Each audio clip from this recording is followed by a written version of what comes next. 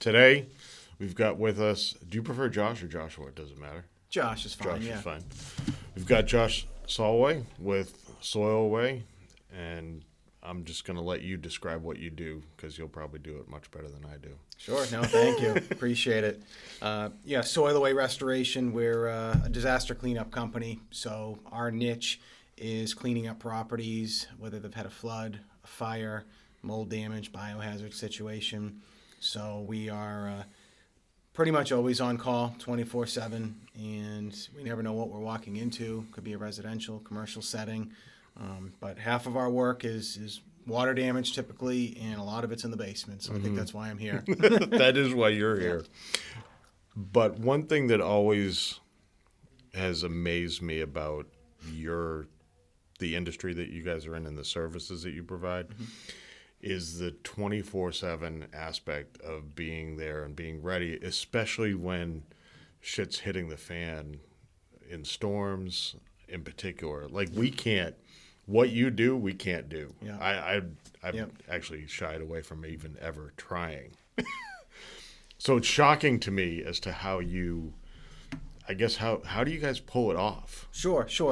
Well, it's credibility to your wisdom, Chris, because not many people in our industry are too wise, I guess, for jumping into the thing. But we're all adrenaline junkies to some degree, and we love getting that new call and rushing out and taking care of that situation. And I think it starts, all joking aside, with a servant's attitude. I mean, people don't want to have to call a company like us. Right. They're not having a good day. Yeah. And they need someone to turn that around for them, and that's what motivates us. For people that aren't familiar with our industry, I always describe it as a fire department, right? Mm. You have your local fire department. It's staffed to the best of its ability around the clock, and they don't know what they're going to get for calls, but they know they're going to get calls. But they don't know how big or small or what the situation is. They just have to be prepared for as many situations as possible. If the situation is too large, people always understand this. They call in, what do? Other local fire departments, right? Hey, this is a massive fire. You hear, hey, we had a 3, 4, 5 alarm fire. They're pulling people from other towns. Our industry is not that much different. Oh, really? I didn't know that. Yeah, no, it's pretty collaborative locally, even regionally and nationally. Like you could take, the hurricane in Florida, Ian, right now. I mean, there are thousands of people in our industry that pour into Florida to help out with that storm situation. Some of them be there for weeks, months, maybe even up to a year in some parts of the state. So we have to be creative. We have to think on our toes. We have to be able to scale quick and then go back down to a manageable business size to stay profitable. I just truly find it shocking. I mean, I to manage a business that way, I've been doing this for almost 30 years now, and I just am in awe just thinking about it. So I always am impressed by just your ability to do it, and especially being, you guys are private, so right. From a resource standpoint, it just has always been I tip my hat to you guys for actually pulling it off. Thank you. It's interesting. So, in terms of basements, just to get back on to the subject at hand, what do you guys mostly see in basements? Yep. For water issues. Most of the stuff that we deal with is insurance claim related, and so typically that revolves around something breaking. Like plumbing. Usually it's plumbing, and that could be a wide range of things. It could be, hey, the kitchen sink clogged and overflowed in my kitchen and then went down to the basement. You go from there. Hot water tanks, they burst every 8 to 12 years. They're made pretty cheaply, and ask any plumber. So, those keep us busy. We got a call this morning for one of those. Other things, it could be dumb things, a sewer backup line, a washer machine failure. Most people's washer and dryers, or a lot of people's washer and dryers are in the basement. A lot of moving parts with those. They, the washing machine can flood, or the supply hose, or the drain hose can come loose. Right. And then there's some seasonal aspects in New England, as you know. Snow melts in the spring. You get a lot of rain, and then that can lead to water table goes up, and it hits the basement, and that's when your services come into play. Right. So Getting back to the plumbing, so one of the questions that always comes, I guess I just thought of it, is so we always try to tell people that being in a basement or being in a below grade environment, based on where you're at, having a sump pump is always a good idea, just because of the nature of the beast. Yep. When you have a plumbing leak or something like you just described, a hot water tank or one of these things, if they have a sump pump, does that ever help, or do you guys notice a difference in the buildup of water, or is it just kind of doesn't matter? I should start with saying I've never heard anyone complain that they had a sub pump.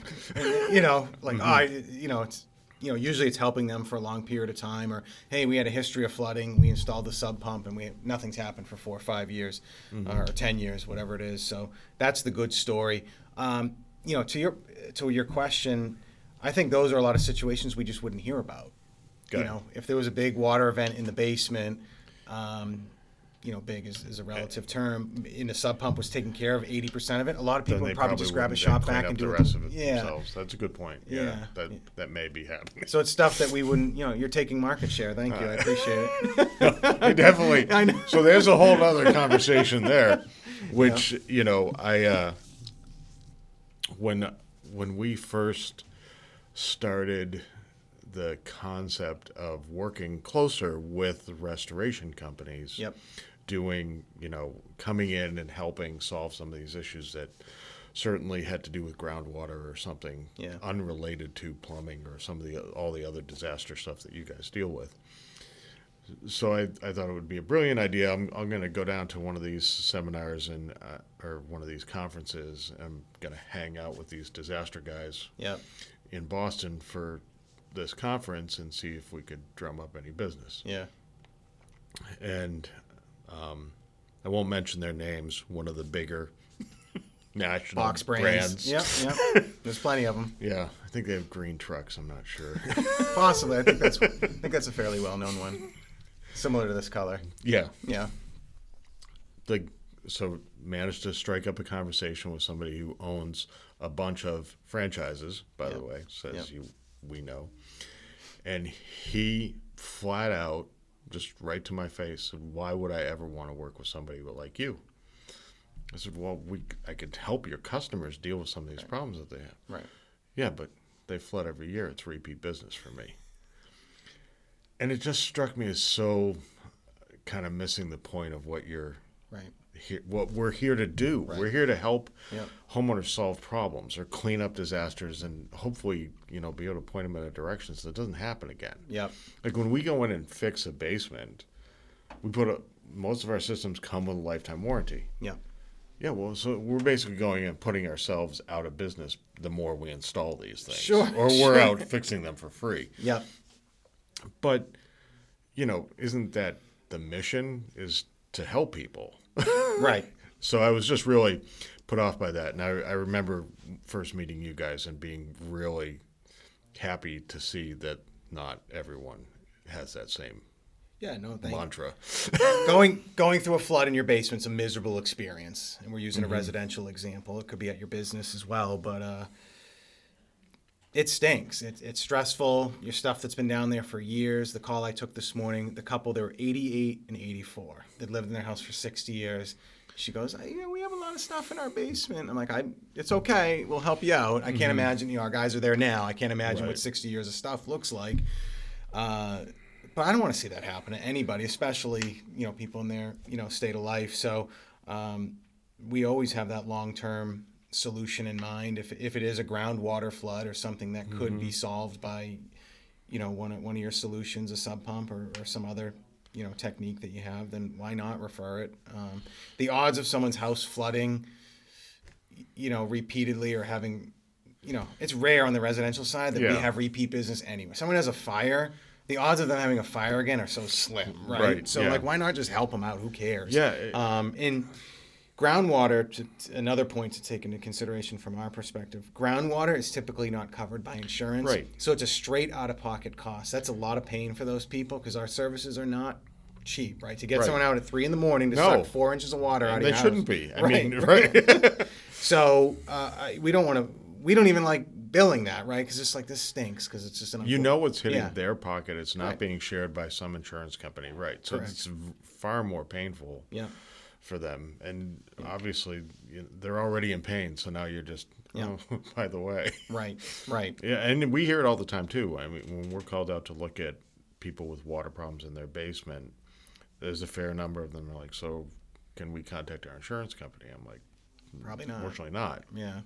You know, a lot of times if you have a sump pump system it's mechanical related. Like if you have a sump pump system, some people don't know this, but if you have a sump pump system and it fails mechanically and your basement floods, you are covered. Yeah. As long as you have that rider on your Yep. insurance policy. Yep.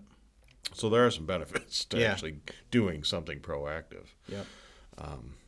But I just thought it was really it was refreshing to work with you guys just Yeah. because being able to find companies with the same type of mindset and philosophy in regards to taking care of customers is huge. Yeah. No, thank you. Appreciate that. Appreciate that. So you get into these wet basement situations. I think one of the biggest things that always is front and center for most people is mold and mildew. Yep. And so how do you guys, like, we don't do any mold and mildew remediation. Yep. So I actually think that's how we first connected. There was a Yeah. project we had down in Quincy, or not Quincy, Revere. It was a project in Revere. It was one of my jobs. They had mold and mildew problems. There was no way I was calling some of the people I had just dealt with. You're not going to send your guys in there. It's not safe until it's Yeah, been cleaned right. and remediated. So we had contacted you and Jack, and that's how we first got connected. But it was a mold and mildew issue. So you get into a flooding basement. What is a normal procedure, or is there anything? I guess the first question would be: is there anything people can do right off the bat to help mitigate it or reduce the impact? Sure. So kind of two different paths to that question. There's the mold and the water issue.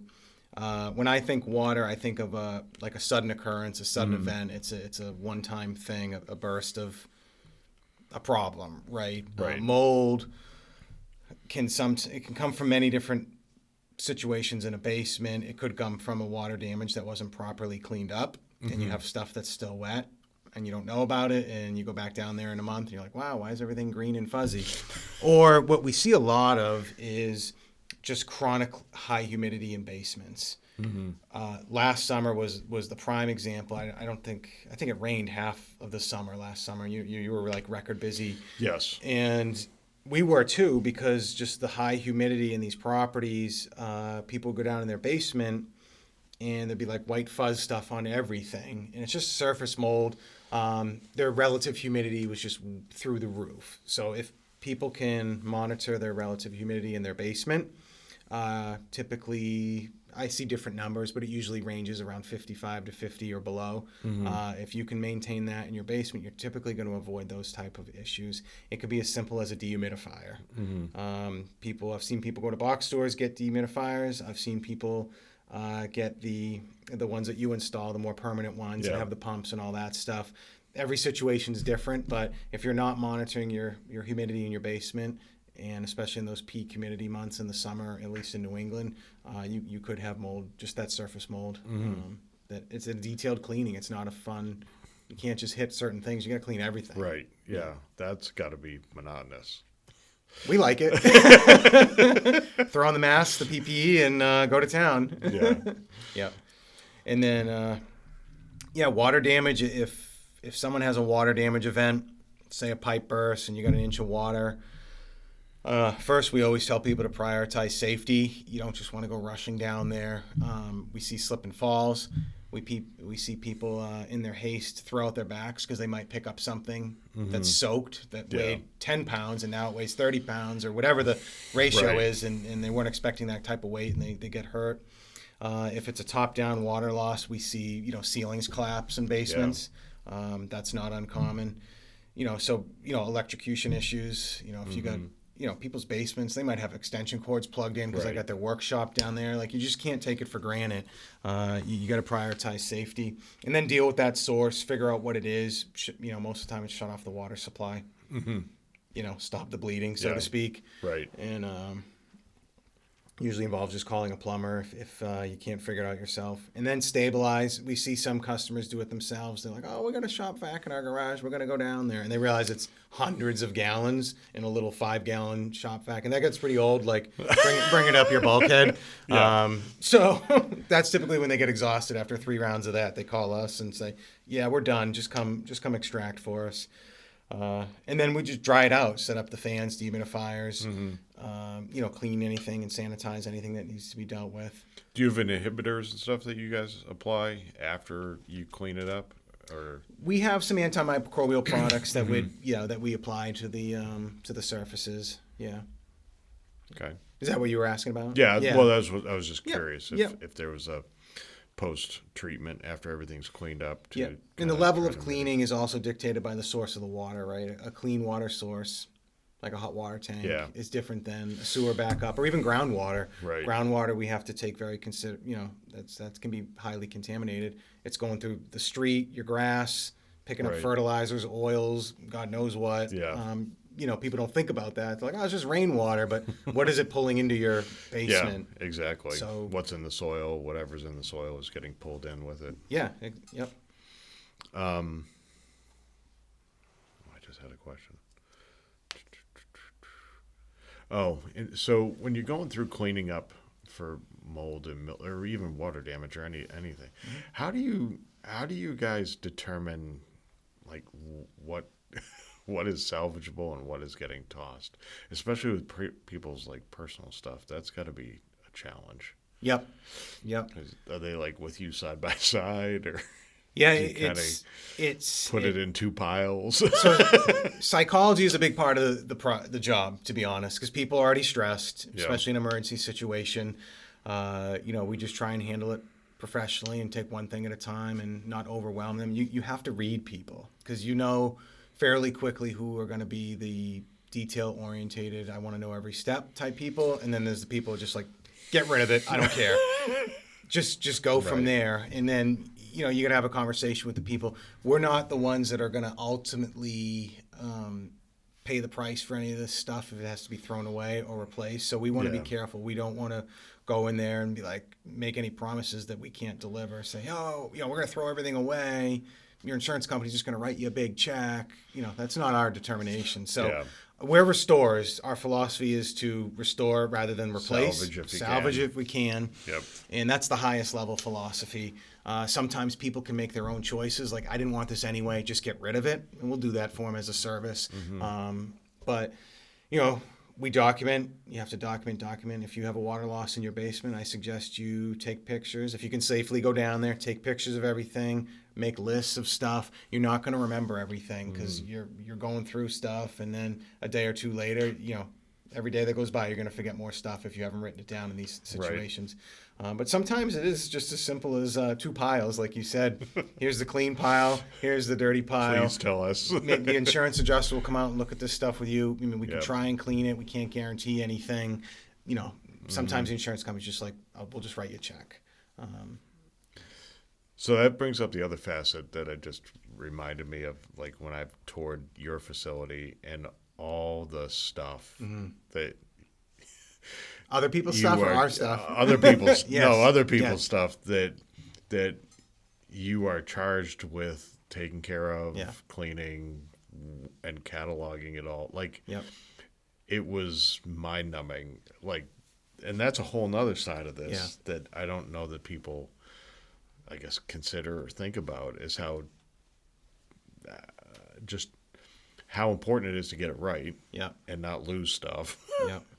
And I just, you've got the 24/7 aspect of what you guys do. Then there's this whole other piece of like taking care of people's stuff and their personal belongings. I just am, like I said, continuously amazed by what you guys do. Our industry is obviously a niche. That's a niche within the niche. We just call it dealing with contents, people's stuff, and we're talking about residential, so we'll talk about homes. we have a contents division, and they are a lot different than our team that's going to go gut your house after a fire, as you can Right, imagine. yeah. So they are very good at dealing with clients, reading people like we were talking about earlier, feeling them out. What are they comfortable with? What kind of pace do we have to work with them at? Super detail oriented as far as taking pictures, logging everything. We have software that helps with that now, which is incredible. We can send that to the insurance company. They can actually put values on it. So we work hand in glove with the insurance companies to help document these situations. So, the insured or the client can get properly, reimbursed. And, like you said, nothing's lost. Right. It's tough. I mean, you go in anyone's basement, you have junk, you have sentimental items, Right. you have 3 generations worth of stuff. You got, your 26-year-old kid's video game system you want to kick out of the house. It's all over the board. You see everything, right? Yeah. So, they're renting out Airbnb in their basement. Like, it's like, what are you doing? They're running a small, Etsy craft, business out of their basement. So those situations can get pretty interesting. People, it's New Hampshire, so we see a lot of weapon Yeah, that's right. storage. Yeah. We'll just say compartments. We gotta be prepared to walk in any situation. I've seen some basements I probably shouldn't mention on the show that were pretty. I'll just say they took a certain type of club and they built that atmosphere in their basement and threw some pretty wild parties, I'm sure. I can imagine. I don't think. Yeah, you guys have probably seen way more weird basements than we have for sure. Because usually, if we're coming in, it's a planned event. True. Yeah. Thought about Scheduled. it. Yes. You already have a deposit check. Yeah, I mean, there's Yeah. a whole process that they've gone through, so they've been able to hide anything that they might not want us to see. Yeah. But that's interesting. I never thought about the weapons A lot. cache. Oh, I'm sure, lot. especially in New Hampshire. Yep. So when it comes to the belongings side of it, this storing belongings, does that limit your capacity to take on new work? Like, you guys max out your storage. Like, what do you do? Never max it out. So we have our Solloway has our physical plant Yep. where we can store items. But if we needed to supplement, there's a million solutions Oh, for is that. there? We can use local self-storage. We can use on-site storage, the containers that Yep. could deliver to the driveway. Sometimes clients prefer that. Stuff has to come to our facility to be cleaned and processed and inventoried and documented. But if it's But going to you go, can stagger it around. we can move it around. If it needs to go into long-term storage, because it's going to take 6 months to repair the property, say it's a fire or a big water loss, that's the whole house, and you're not going to be moving back in 3 weeks. Right.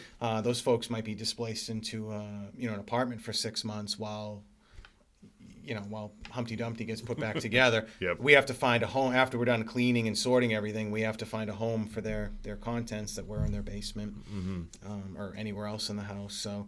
Yeah, we store what we can at our facility, and then if we run out of capacity, we even have competitors that we work with, great ones in the state that have huge warehouses. So Yeah. we all That's help each cool. other. Yep. Interesting. Yeah, I'm sure that's a side of it that not many people think about. I know I didn't think about it until you took me on a tour of your place, and Yep. I was like, shit, that's a whole It's a lot of that's stuff. a whole nother problem. Yep, it is. What else? See, Ethan gets to edit this afterwards. What else can we talk about, Ethan? Contents. What about storing we can talk about storing stuff to prevent mold and water damage. Yeah. So, what would you recommend people do in order to store their things to prevent mold, mildew, water type issues? Like, are there things people could do or steps people could take to try to mitigate that? Absolutely. No, it's a good thing to talk about. It becomes very obvious when you see what not to do every day, like Yeah. we do. The cardboard box on the floor of your concrete basement. If there's an inch of water down there, that box is getting destroyed. Everything in it's going to fall out when you try and pick it up, and that's destroyed as well. So instead of cardboard boxes, plastic totes are one of the easiest things. Pallets. You can go by any warehouse facility around here, and they're just throwing away pallets. Swing out back, and Yeah. you can take as many as you want. Exactly. People are dying to get rid of these things, right? Any Yeah. kind of warehouse type place, they got a million pallets. Go find the warehouse manager and say, hey, can I take a couple of these Right. and put it on, the storage side of your basement, and that'll Yep. elevate things, what is it, 4 inches off the ground, Mm-hmm. and that might eliminate, half your problems just having it off the ground. That is very true. 198 Londonderry Turnpike. There's stacks of pallets out back if you need any. Yep. The other thing that's kind of heartbreaking is that I see is when people's really sentimental or valuable items get damaged in their basement, just because it's a convenient place to store Right. things, but it's also one of the most vulnerable. So just be mindful of what you're putting down there. Art, things that are porous like blankets or flags or your great grandfather's World War II bomber jacket. Those are susceptible to those elements of high humidity or water. Right. Try and find a better place for that that's a little less vulnerable to the moisture issues or flood damage. No, down there. it's a huge concern. I mean, we see it all the time. We'll go into a basement and everything's just, you can tell it's just been in a damp environment. Yep. Everything's wet it's Musty. it's Yeah. just not. It doesn't look fresh and new, and it just deteriorates over time. I mean, we finished basements for a while, and it was one of the hardest things we had trying to convince people is like we used all metal stud framing, we used Roxol insulation, everything we put into that finish was non-porous, non-organic. Right. We tried to do everything we can. All the trim, any kind of casing work was all PVC. Yep. Just eliminate organics. Unfortunately, people didn't want to pay for that. Sure. And so it became Drywall's cheaper, right? Yeah, it became very hard to make it work. Yeah. But we know what we know, and we knew how bad it was to just go in there with a bunch of 2x4s and wallboard and Right. say, I've got a finished basement. Yep. But it's the same concept, like you're saying. It's just doing things to protect your stuff and stop it from. There's a lot of moisture in the basement. Yeah, no, a ton. And for people who have finished basements, a lot of people in New England, you got my wife calls it the dirty side and the finished side, right? The dirty side is your utilities and the storage and the Christmas tree and the decorations and all that stuff. And then your finished side, that's another can of worms. If you have a water damage in that situation, a lot of people downplay the severity of how it was. I've seen, we got a call from a water softener company recently. They do, water treatment in residential. He's like, yeah, my guy, such and such. And I think it was just like 10, 15 gallons, just go look at it for me. And we went down there. And even the customer was like, I don't think it's that big of a deal. But we showed them with our moisture meters and infrared cameras, like, this is spread through like 70% of your finished side of your basement. Now, that nice finished carpet kind of hides it. But when you stick the moisture probe in there and the pad is soaking wet, Right. the water wicks up the drywall. It's not super obvious first, but they knew it from they called us because the odor, like, maybe something else is going on here. Right. And, the mustiness, and, after a week of, however many gallons that went into that, got absorbed into the walls and carpet, it's going to start to stink. So I wouldn't if you got a finished side of the basement and you got water damage, I wouldn't downsize it, because there's those common mistakes of, hey, the top of my carpet feels kind of dry, but that pad could be holding in moisture, especially if it has a moisture barrier. All the water's underneath it. The drywall, I guarantee you, if you peel back some of the wood baseboard or vinyl baseboard on the bottom, you're gonna be like, oh, there's some stuff growing here. Yeah. Why? Yep. So it's we used to make sure. I mean, if you're finishing your basement and you're putting up wallboard, which most people do. I mean, even we did. You just have to make sure you leave a gap between the wallboard and the floor. Concrete floor, because it will wicks wick up. it up. Yep. It'll wick it up even without a water problem. I mean, concrete has moisture in it. It's a critical component to concrete. So Yeah. you've got to keep things that are organic or can wick it up. I mean, sheetrock acts like a sponge. Yep. No, it does. Cardboard's the same way. So, it would be I think the other thing we always tell people is whatever you can do to just help with keep those moisture levels in the air, like you were mentioning earlier, Yep. 50-55% or lower, Yep. and you'll eliminate a lot of this moisture that's just in the air getting into anything that's down there. Yeah, I have one in my office just for the fun of it. $15-$20 on Amazon. It's a little tool. Just go online, just say temperature and relative humidity monitor, and it's battery powered. It lasts forever. Yeah, I have and two in my office. yeah, it'll say it's 70 degrees in here at 40% relative humidity. Right. Throw it in your basement and check it every once in a while. And if you're seeing 60, 70, 80% relative humidity, Right. you will have unwanted guests growing in your basement. Yep. It's just inevitable. Yeah, the thing I always explain to people is mildew, or this mildewy smell, is literally just mold growing and outgassing. Yeah. We call it mold farts, but Yep. Yeah, we do in our industry, mold farts. but that's what that mildew smell is. Yeah. And people like when that's happening, you've got mold growth because they're growing, and Yeah. as they eat, they outgas, and that's what that smell is. Yep. So what else can you tell us about Let's see. Josh and Solloway?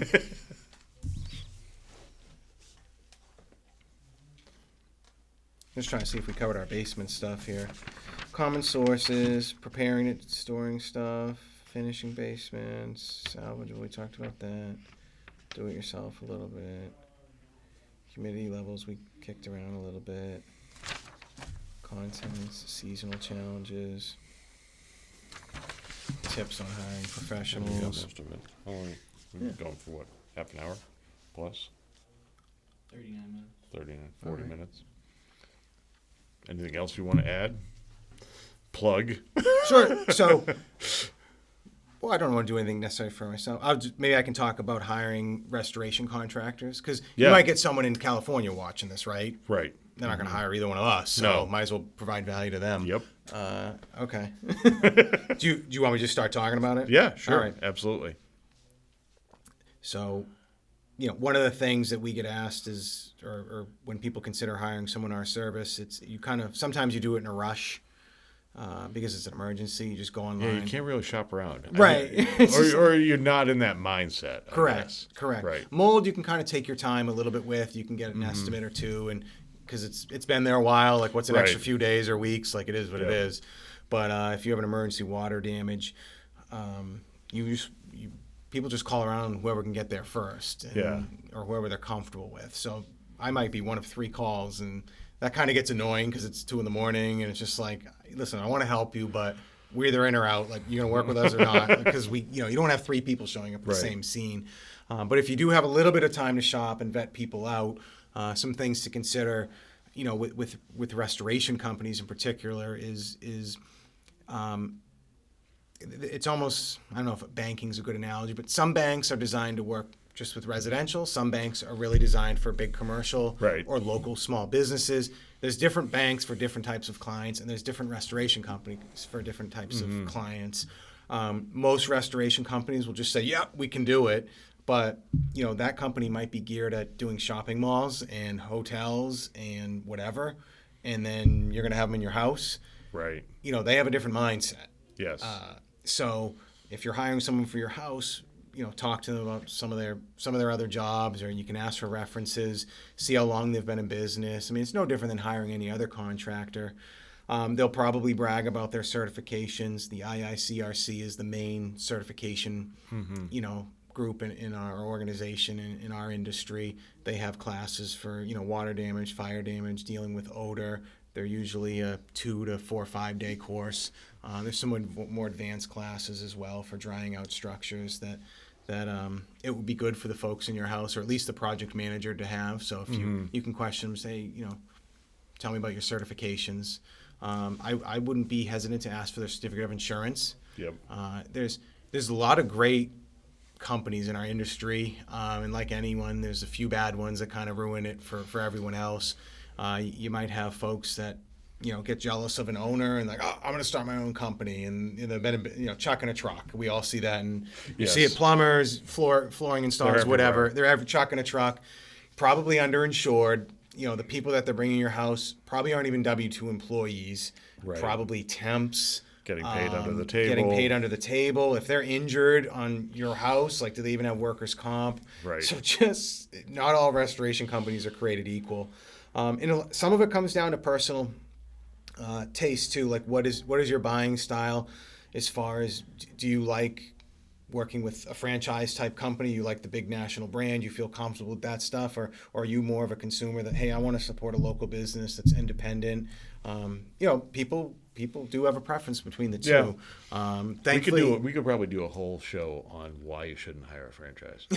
But we'll do a preview. That's our preview right now. Why you shouldn't hire a franchise. Yeah. The 10 reasons that they have pulled the wool over your eyes. So it's tough. I mean, the big player in our industry, with this color truck, the green, it really comes down to the owner. Some are fantastic. They really are. Some are a disaster. Yeah. And it stinks because they could be in neighboring zip codes. The biggest thing I have found with any type of franchise, I'll just put the one thing out there that I hate about them. The thing that most consumers don't know or understand is that you are doing business with that franchise. You are not getting any corporate umbrella that's coming from the corporate office. Sure. So if they do something that is bad, or they go out of business, like in our industry, we have lifetime warranties. Yep. If that franchise goes out of business, so did your lifetime warranty. Right. And most franchise owners, in my experience, have bought into the franchise because they want to make money, not because they want to help people. It's an investment. So it's an investment. Yeah. It's a business move, not a passion. Right. I agree. I'll leave it at that. No, it's a really good point, because they could have opened up a quick lube oil change place franchise, but they decided this one just for whatever reason. I mean, not for nothing. I could go out tomorrow. You could go out tomorrow and buy a Domino's. Guess what? Right. I have no passion to make pizza. Therefore, it doesn't work for me. Right. Would it be a good investment? Probably. My town could use a Domino's. That's right. But, Bedford really needs a good pizza shop. I can't comment on that because there's a few friends of mine that are involved in that business. I'm not going to make you comment on that, but there's only 2, damn it, and we need a better one. Yeah. Domino's cannot be the standard for. No, but it just speaks to the whole franchise thing. And I know it's a generalization to say that they're just in it for the money, but it is an investment. They didn't go through the same learning curves your father went through, or me and Nick went through. Yeah. Like we had to learn. Yep. There's nobody said, here's the book. Right, here's the playbook. Go for it. Yeah. And by the way, while you're learning, please pay us money. Yes.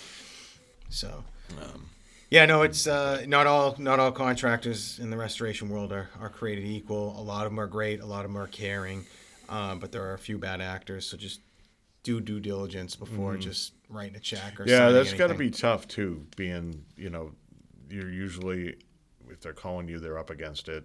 They don't have a lot of time to vet or make a decision. So should probably do it ahead of time. Yeah, exactly. Well, we do that on the commercial end. We have emergency response plans for our commercial clients. Yeah, so they know where to go. Yep. So we work with universities, hotels, senior living, municipalities. Have you guys ever thought about doing something like that for residential homeowners? It would be crazy to do that. It's a relationship building tool. So, I mean, we get to know the facilities people. Mm-hmm. We put together custom plans for all their buildings. And yeah, maybe not so custom, but at least, I don't know. Yeah, some high-level protocols. Some kind of... On the residential end, it would be... Marketing. It'd be interesting. I mean, like we have we have a whole service department that just is out there servicing our systems year after year and has been doing it for 20 plus years. So you should throw our tags on the hot water So tanks, we could water just damage. Yeah, if you have a water problem, we should team up. That's a good idea. What do you think, Ethan? Maybe. Ethan's more worried about the video. You guys are at 15 minutes. That's good. Well, Is that a good chunk of content, you We've got think? some gaps in there. You got to cut out. Little gaps. But Cool. that is, we could have a whole thing on franchises, honestly. I would have fun doing that because I have nothing but hate for them. Yeah, like you got to deal with the like the basement. Basement system. systems, yeah. Mhm. Yeah. And Basement Systems is in a full-on war with us right now because we're the biggest private game in town, and have been for many years, and they have been struggling to keep their dealerships open over the Right. past since we've been in business. 3 of them have gone out. Yeah, yeah.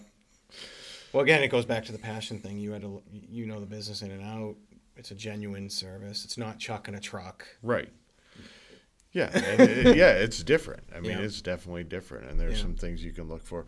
One of the things I've always shied away from is being too critical of guys who are just starting to start out because we were all there at one time. Yeah. And I don't know how you evaluate somebody who's trying to start out, other than you shouldn't be paying as much for that. I mean, because you're taking a chance, you're rolling the dice. They might not be there in 5 years, Right. Right. Yeah. so you should pay less. Yeah. But I'm sure there are some young, talented people who might be entering into the industries, and Yeah. you don't want to make it too hard for them. Yeah. Our industry's been very. It's harder and harder to break into from scratch. If you want to start a restoration company now, Well, you have so many ties to the insurance industry. that's where Makes it all it very is. hard Yep. to enter into that. You'd have to have a couple key relationships that you could count on, and that's the only way to really. Yeah, so Or buy a franchise. You have some serious barriers to entry. Yeah, or Yep. buy a franchise, Yep. right? And it's capital intensive. The staffing is extremely challenging, and if you don't have a consistent flow of business to get the guys their 40, 50 hours a week, whatever they're looking for, they're going to get bored with you, not make enough money, Yeah. and leave. Right. And you're going to keep losing good people to the guys that have well established.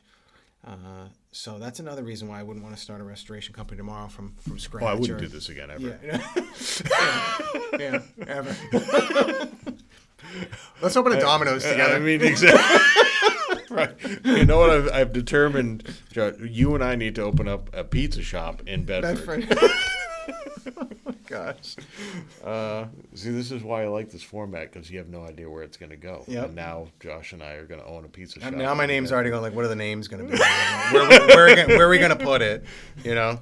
We can do JC's. JC's Pizza. We hate the service business, so we just make pizza. Right, exactly. No, just kidding. We don't hate the service business. No, I love help. I mean, ultimately, I love the helping side of it. Yeah. That's one of the reasons why. Solve a problem. Yeah, you solve a problem and you're helping people. One of the things the reason why we don't, my background is commercial. We don't do commercial by design because I enjoy helping people. Yeah.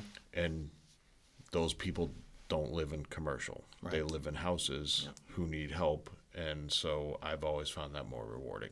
And it's always cool to drive through neighborhoods or parts of town and be like, yep, that's our customer, that's Oh, our yeah. customer. We I know mean, and those you folks. got some high and- profile customers, like I think the weatherman is one of our customers, the weather guy at WMUR. There's some other high profile We just sent you one. Yeah. Don't say the name on the camera. Nope. But Are you keeping track on that one? Is it going? I don't know. I'd have to Okay. check. Okay. Yeah. But it went to Beth, who's our Good. best. Get it. Yep. Mike But Haddad. it's one of the reasons, Mike Haddad is a client of ours. Yep. Good guy. But it's one of the reasons why we do so much residential is because I get a lot of joy out of knowing that we're helping people. Yep. And for me, it happened when I framed my first house when I was 18 years old. And the residential thing kind of hit Stuck. me. It's hard to make money in residential when you're just getting started, so commercial was where I went. But as time went on, and I mean, even ResCon when it was started was for commercial, Interesting. and we morphed into residential as we found avenues into Huge it. opportunity. Yeah. And you bring that commercial professionalism, because there's a professionalism that comes in the commercial arena that you don't get in the residential. Yep. It's a very, I mean, I'm sure you see it, it's night and day. Yep. And if you can bring that same level of professionalism into the residential marketplace, people love you. Yep. Because you're not what they're used to. Exactly. Yeah, and they've figured out the systems to train people in the commercial setting. I mean, you know, if you ever pull someone from a well-trained hospitality place, like they're exceptional on the phones, they're exceptional face-to-face, they're good salespeople just because they have much better resources. There's more money flowing around the commercial side of businesses. Yeah. You know, like you said earlier, when you're dealing with people who have a flood from groundwater, you know, they're tapping into their own money. Yeah. It's none of us are sitting around. You know, there's only so many Jeff Bezoses out there. That's right. Yeah. Most of us live within normal means. Yep. So, you know, there's not as much money flowing. The budgets aren't as big. So you know, you don't have the same resources that these other large organizations do. Correct. And the emotions are higher. That too. Absolutely. I Business think is transactional. Yeah. No, business is very transactional. Yeah. Nobody really, like, I never got letters from a single commercial client. I know we did some good work. Right. Chris, you were amazing. No one ever wrote me a letter. Like, unless you were 3 days late on a project. Oh, well, you get. We're taking this much you off get the different bill. kinds of letters.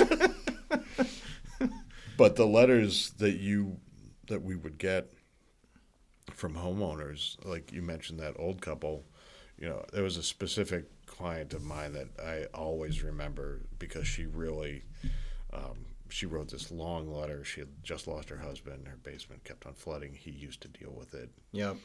And we came in, we fixed it, and she, like, a full page and a half. Yep. Handwritten.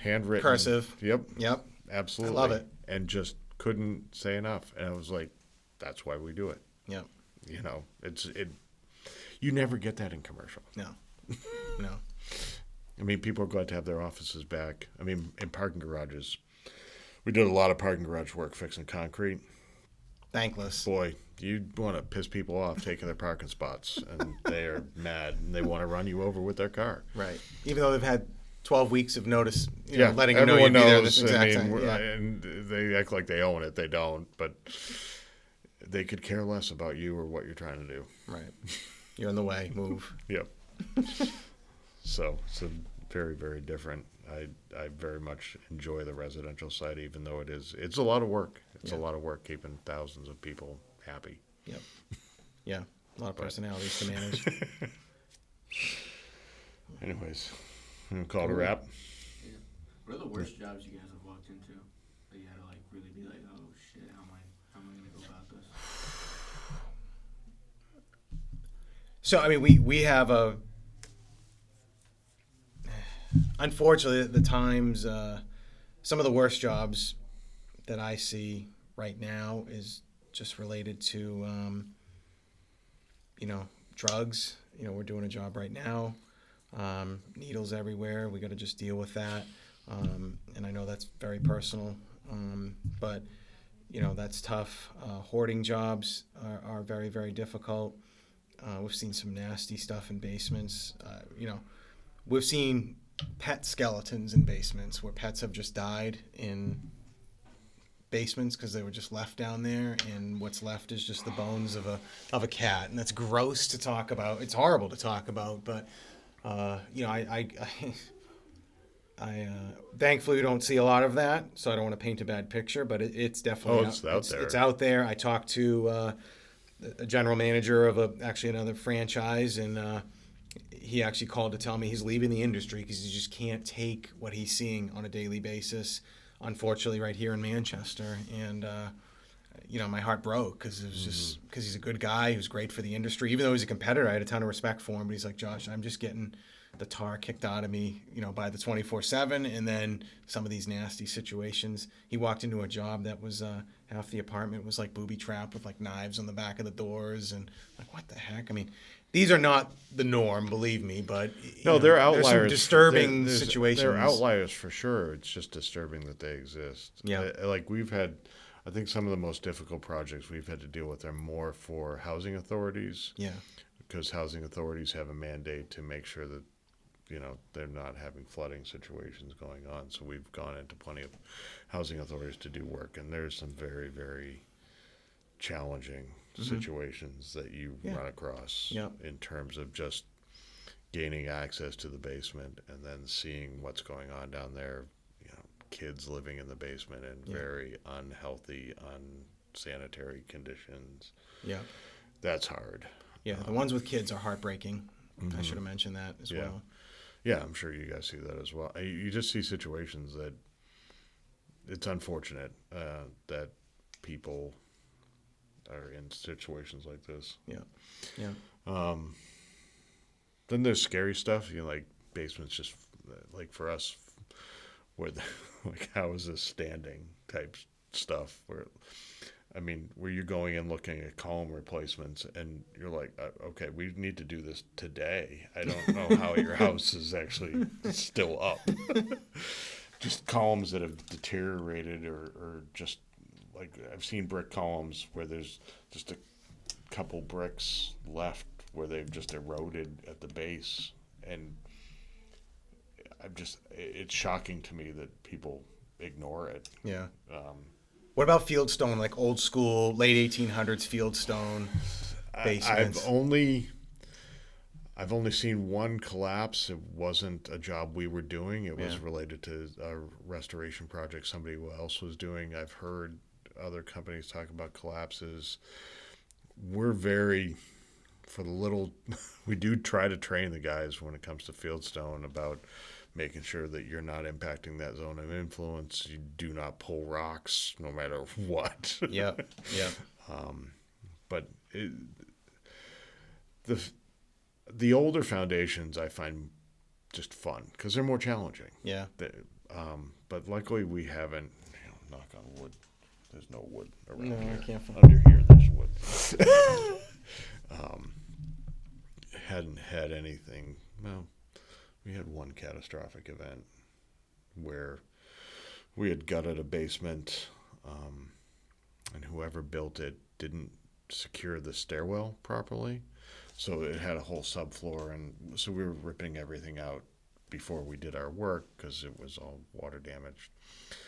And in removing the subfloor, however the stairwell was put in, it had now become unsafe, but no one knew it. And the homeowner, who was an older gentleman, walked out onto that stairwell, and it was a full 8-foot basement, and the stairwell collapsed, and he was hospitalized. Whoa. And I got that call. I guess we're done. We're out of business. I don't.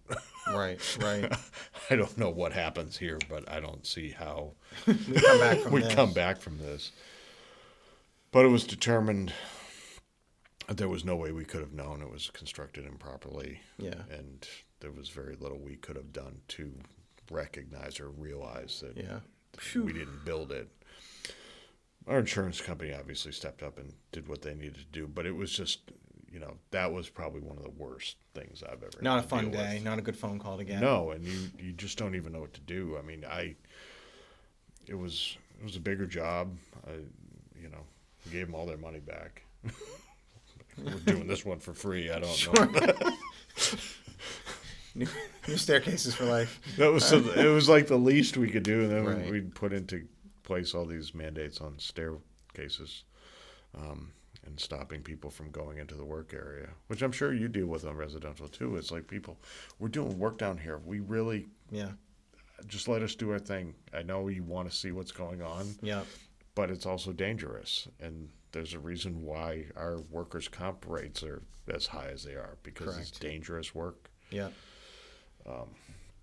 yeah, wearing full suits and respirators, and they're down there in flip flops and shorts. Yeah, and like and they don't really wanna pick see up on the what's going cues on. there. Right, exactly. Some Yeah. safety considerations here, Or folks. steel Maybe steel toe boots and safety glasses. Yeah, and we take plenty of pictures. Believe me, we'll share with you after. they're walking around in shorts and PJs. Yeah, yeah. They're eating a sandwich, Yeah. mold everywhere.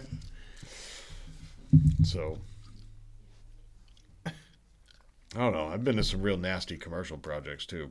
Worst commercial. See, residential is just sad. There's a Yeah, lot of sadness and pain in the residential arena. Commercial is just some gross ass shit that you just like. Why is this way? yeah. There's some restaurants I won't eat at that we've done work at. Yeah. Let us know off camera. It's definitely some restaurants I avoid now, but See, I should just let you ask all the questions and we'll just talk. yeah, if you're just editing it, that was a good question. Yeah, that's true. Didn't we go into a job? It was like right before I started. I think Jake was the foreman, where they thought they found like there was like clothing buried. Yes.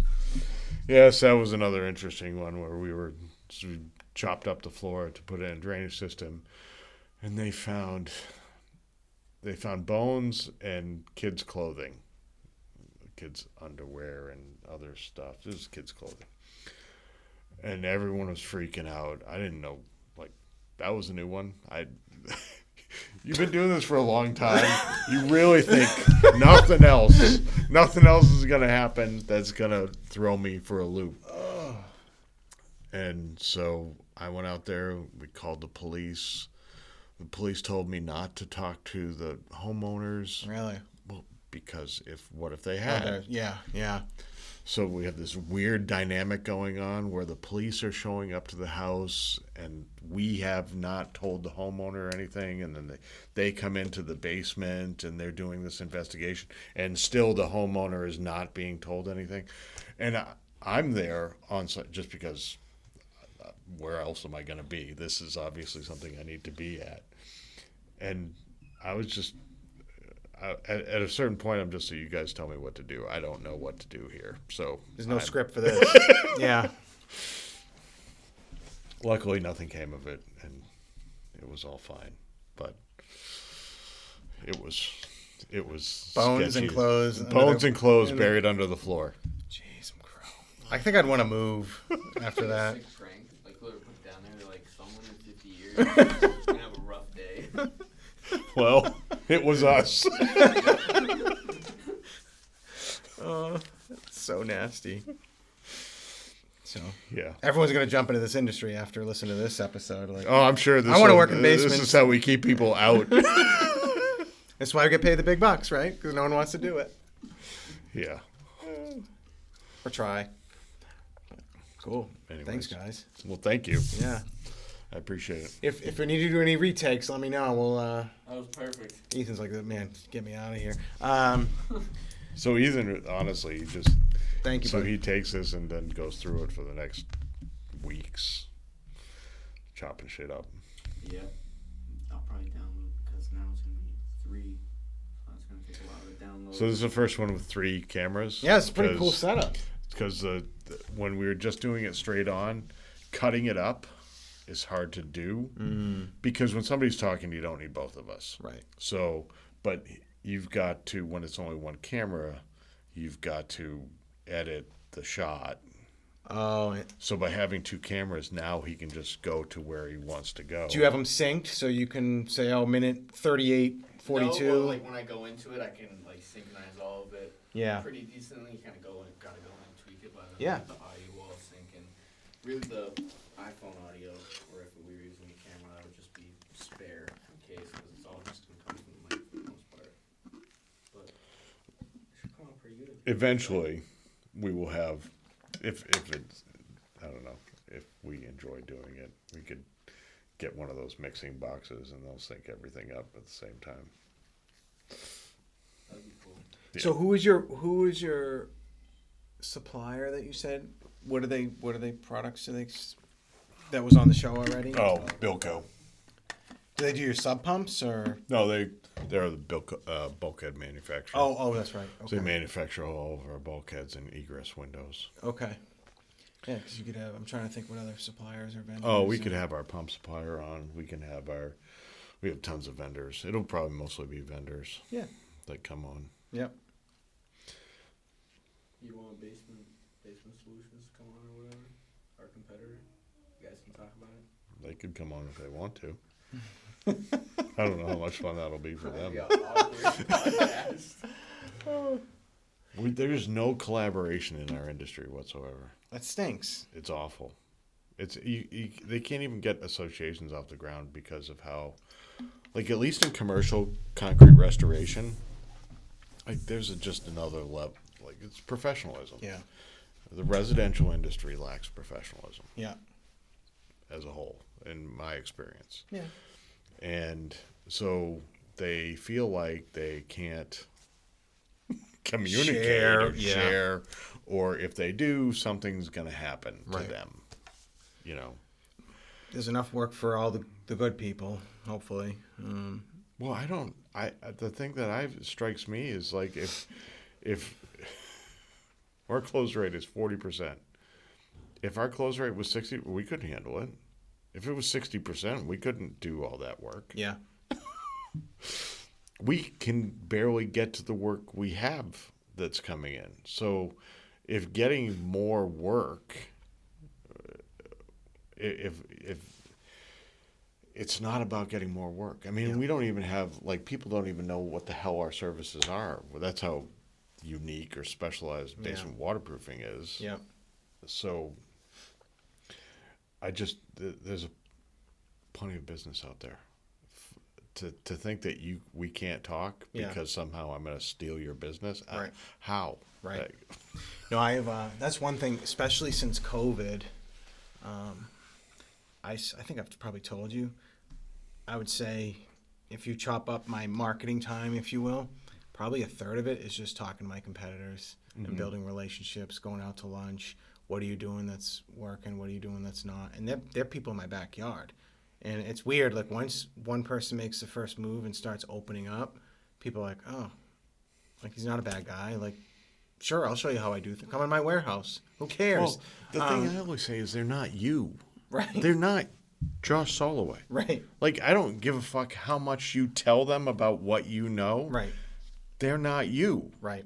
Right? I mean, that's why people are drawn to you, because of you. Right. Not because of how you clean mold. Right. Yeah. Okay. It's all the same. Right. Yeah.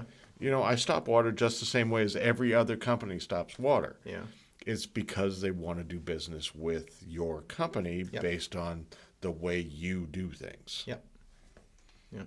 So that's unique to you. I could sit here and tell you everything I do exactly how I do it, Yep. and you're still not going to do it the way I do it. Correct. Correct. Yeah, I do enjoy that with the restoration. I mean, there's plenty of D-bags, believe me, but there's a lot of good people. I mean, a couple of my friends went down to Florida right now locally, and I just said, hey, if you need a backfill with your operation here, you know, you got a big customer that calls, don't say no. We'll be there to help. I can tell you, I know of one trunk company that's struggling. One what? Restoration? There's a restoration company that I know of that is struggling. Has our same name. They used to be AR. Yeah. Yep. They're falling apart. Yeah. Yeah, that's what I hear a lot. That must have pissed you off when you saw that name come across the... I don't know how the fucking state does that, but I was driving behind him one day in the van. I look up and I was already looking up, but I was like, Rescom. I just don't know how the state. Is it because they're not New Hampshire based? No, they had to register their trade name, and they approved it.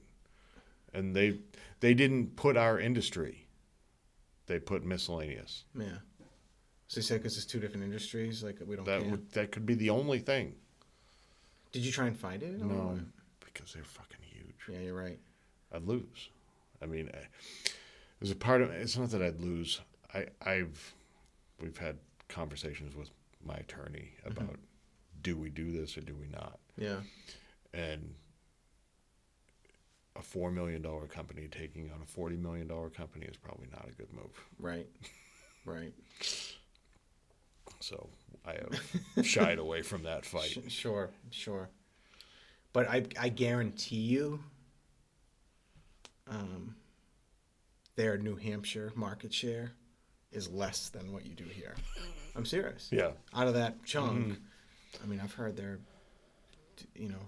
down to under 10 million now. Yeah. Well, And they're not even based in Mass. The ARS was based in Mass. they're based in Baltimore. Correct. I did my research Yeah, on these yeah. guys once.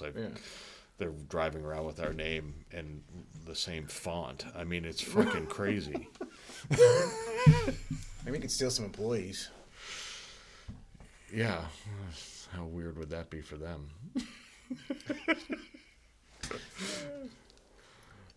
Cool. What's the rest of the week look like? Uh, What's today, Wednesday? what does it look like? Manager's meeting. I don't know. I don't even know what I do anymore. So Kathy's the GM now. Yep. So she runs all day to day. Do you know that? Is that public information? Because it's supposed to be announced next week, but I think everyone kind of knows. At least in the office. So she's the GM, which basically leaves me to fill the business development visionary type role, which I'm still getting used to. This is part of it. It is part of it. It's just weird not having any day to day. Like I miss it. Yeah. But it also, I think the challenge is just figuring out what the fuck I'm supposed to do all day. Yeah. Are you thinking of any associations or networking or? Yeah, I do plenty of that. Yeah.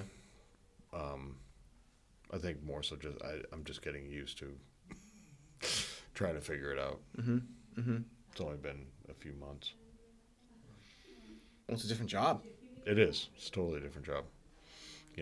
Just trying to figure out. When you hear an issue going on, you you got people in place that you trust that can take care of it, but you still are like, I want to. Yesterday, for the past 2 days, so I've been trying to be in here more, which is a mistake.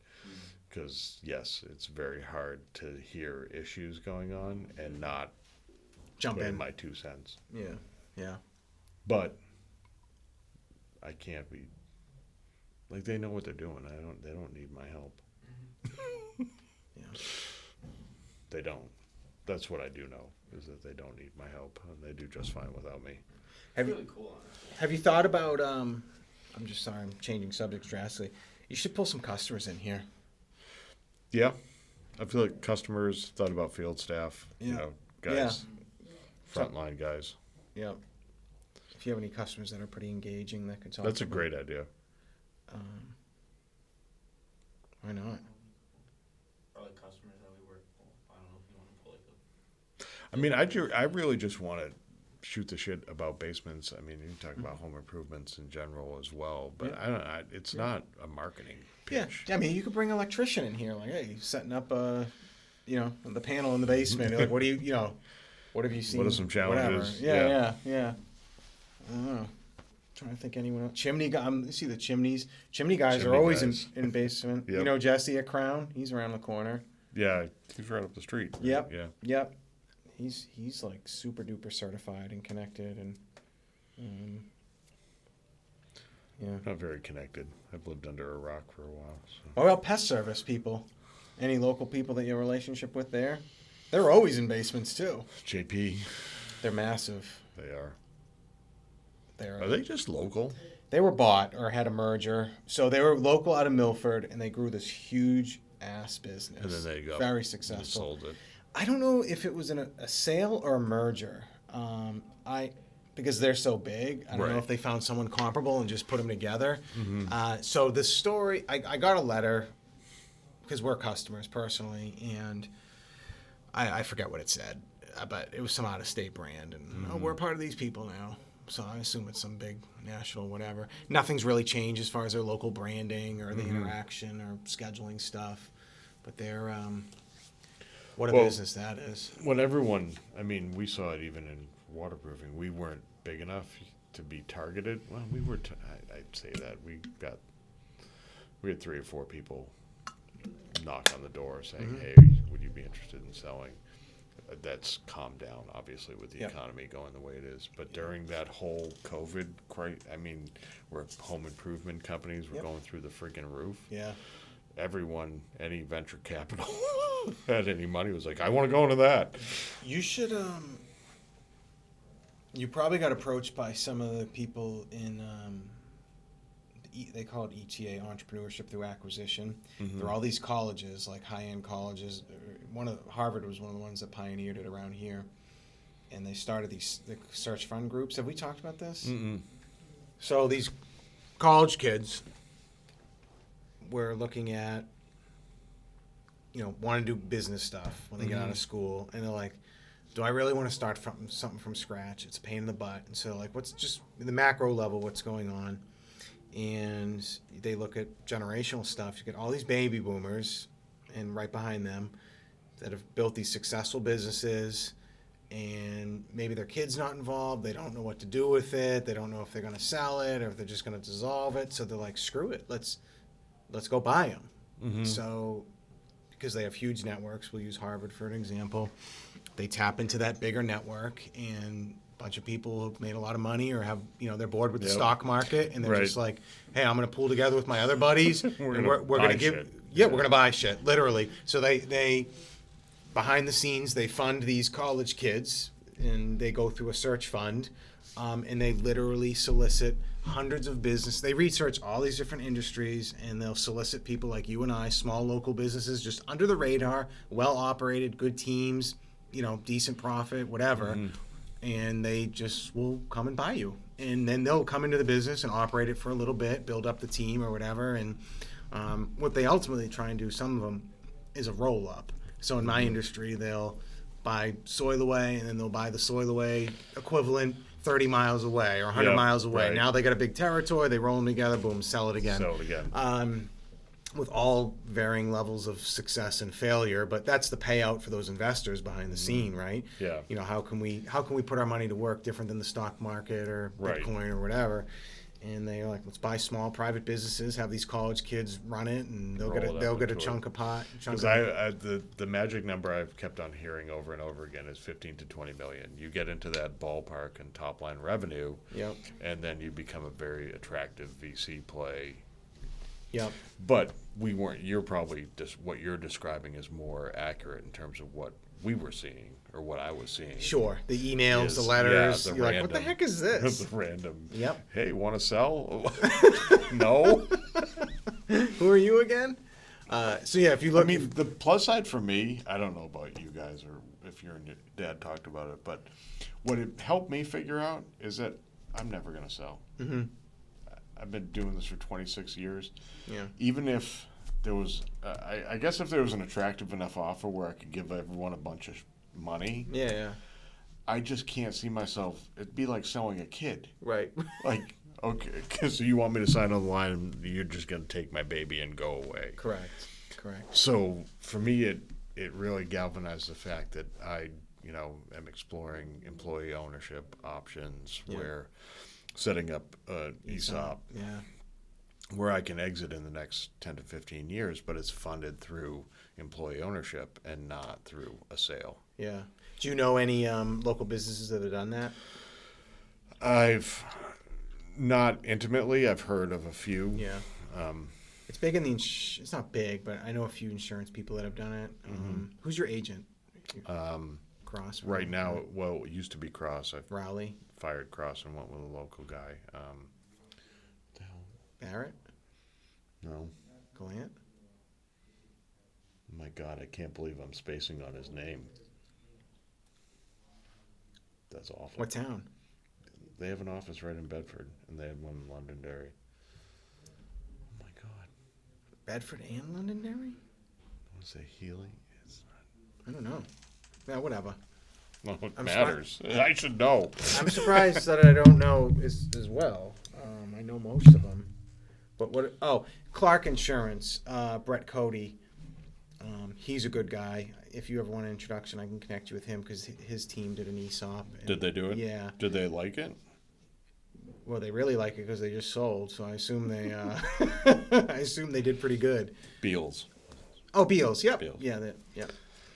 Then the second floor there above Pizza Bella. That one is that Beals? No, that's not Beals. Is Oh, that's down, Dyer, I think. I Beals forget. is down by Oh. Hannaford. Yeah, the iPhone repair guy. Yeah. Yeah. I know the post Yep. office or whatever that thing is. They were referred to me by Greg Ream over at Liberty Hill. So Yeah. I don't. That guy chased me out of the office one time. Did he? Yeah, because I used to cold call on agents because they do, occasionally they'll give referrals to people in our industry. And he goes, "Get out of here! You're wasting my people's time." It was so funny. It was hilarious. He's a character. I've never met him. Yeah. I've only talked with him on the It's very, phone. very rare that I've got chased out of places. When I'm like, okay. He's the owner there. I don't know his name. I don't remember. I've only met his wife, Kristen. They're not great. I was sick of Cross. Cross was fucking raking us over the coals. And I saved a ton of money by moving. Good. So this is what every 3 years I shop it. Mm-hmm. And I tell my agent, I said, you have me for 3 years. If you win my business, you have me for 3 years. In the third year, I'm going to another agent, and you guys are going to compete for my business. Mm-hmm. And it's upfront. Yep. It's wicked transparent. I just went through it. We renewed this month. And 3 years ago, Gallant Insurance and Bo beat out Eaton and Barabee and Nashua, and they were an excellent agent. I was shocked. But Gallant beat him out, and I have one of my best friends is a producer there, and I'm like, wow. I'm not talking like you saved me $1,000. I'm talking like 18%, which is it's tens of thousands. Yes, exactly. So I said, all right, you got my business, and then he won it.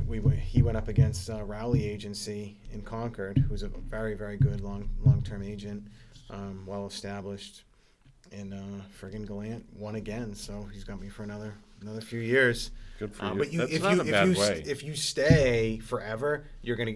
I don't discredit Cross, but if you, I'll pick on you a little bit because if you don't challenge them, they'll just keep billing you. Right, I know. They get lazy. So and then ultimately they lose the business. So Cross was not like we were with Infantine way back. Yeah. I loved Infantine. Yeah. Were you with Sherry? Yep, Sherry Harvey. Yeah, she was awesome. Sherry Harvey and I are great friends. She's awesome. Sherry's the best. Yep. Sherry wrote our first policy as a company. So I stayed with Sherry forever. When Sherry left, I was like, fuck it, I'll stay on. Yeah. And then they sold to Cross. And ever since Cross came on board, it basically is like, here's a renewal sign. There's no way. It was just, it got worse and worse and worse. And finally it was like, fuck this, I'm shopping. Yeah. And I went shopping, and it was like, holy fuck. Yeah. You just bought yourself seriously? a vehicle by the money you saved. I just saved freaking $20,000-$30,000. Yeah. Yep. Oh yeah. Well, policies in our industries, you're six figures. I mean, So you're between vehicles. How many vehicles you have? Jesus, I don't even. Oh, geez. So, I mean, your auto is probably 30, 40 a year then with that many vehicles. Yeah, then you've got comp and general liability on top Yeah. of that. General liability as a contractor is no small chunk of change. Do you have to have pollution? No. We have to have pollution liability insurance, too. I can't even imagine what. Yeah. It's, Well, and we don't have mold and mildew. right. Which It all you has to guys- do with that. yeah. So our liability is like just our liability insurance before auto and workers' comp. It was like pollution liability. I think it was about 32,000. Yeah. Just that. So it's big savings when you're talking about knocking 10. Yeah, it's not like 20% off. between $70 and $63 a month on auto insurance to go from Geico to Allstate or something. It's like 10, 20 grand more. Easily. Yeah. Yeah. Yeah, and Cross, being the biggest game in town, thought that they would, and they bought up a bunch of people and thought that we were just going to start rewriting policies and everything would be fine. And their reps didn't even work for it. I mean, they just sent over renewals and said, here you go. Yeah. What's sad is, like, there's no excuse for that because I guarantee, Cross is so big, I guarantee you whoever Beals wrote you with, Cross has that I'm sure. market. Yeah, That insurance absolutely. company. They just weren't servicing you. No, they weren't. Oh, well. And the other thing about, changing is Beals is not very good at Service. understanding what we do.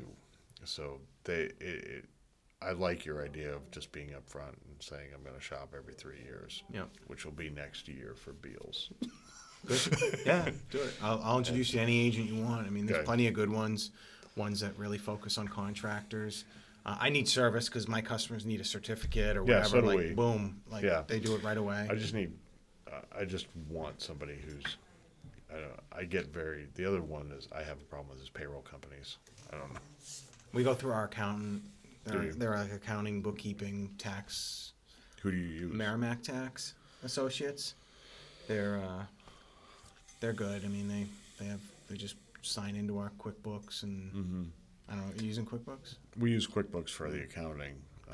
But not payroll? No, not payroll. Yeah. And then, I mean, they do go in and upload it for us, so that's Yeah. better than what we used to do. Are you still recording?